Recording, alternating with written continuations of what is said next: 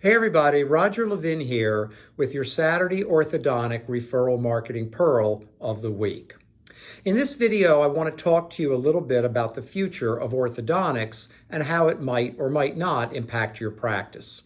I just came from a think tank meeting on the subject of the short and long-term future of the orthodontic specialty. And one of my comments and contributions was along the lines of the late Clayton Christensen, the genius professor at Harvard Business School and author of the best-selling business book, The Innovator's Dilemma, where he talked about disruption. Now, what is disruption? Disruption is when you get a new player in an industry that does things differently. Very often, they are lower quality, they get joked about, they get laughed at, and they get ignored. And in most cases probably, they disappear.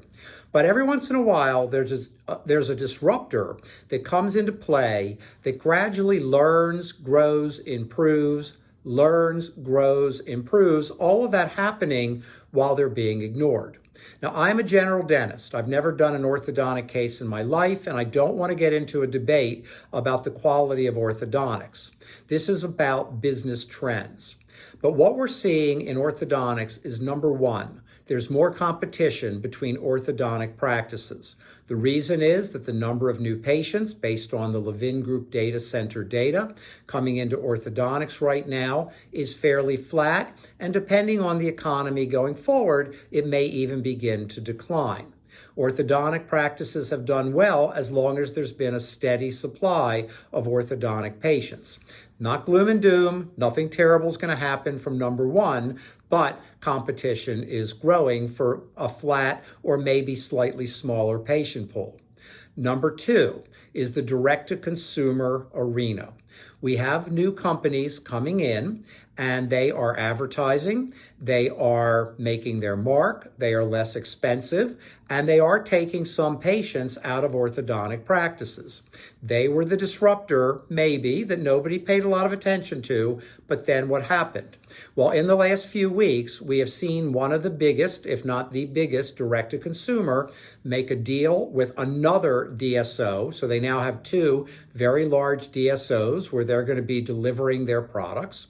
They're working with dental practices who want to work with them. And at least one very large national insurance company has now agreed to reimburse for their product. Why wouldn't they? It's cheaper for the insurance company. So I want you to be aware that changes in orthodontics are coming, and they may be perpetuated and accelerated or not by COVID, by the economy, by competition, and by the desires of orthodontic practices and patients.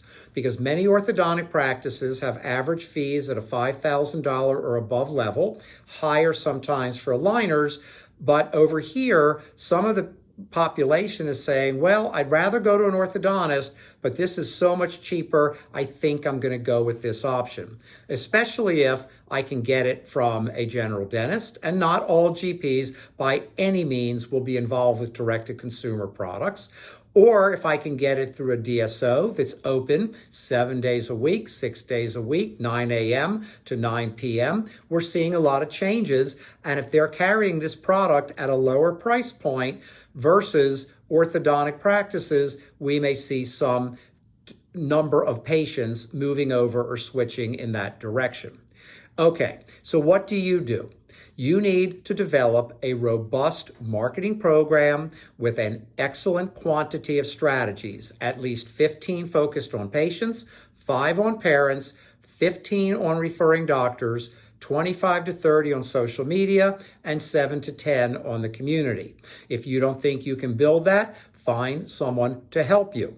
This is what we do. It's not hard. You just need someone to work with your professional relations coordinator.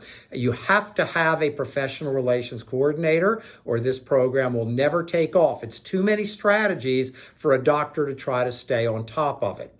And if you get a good professional relations coordinator, part-time is fine, and you build in the strategies, you're going to be fine. What you don't want to do is wait till disruption occurs and then play catch up, because catch up is getting harder and it's not going to get easier. So you may as well jump on this now. As always, I wish you orthodontic practice success and increased practice referrals.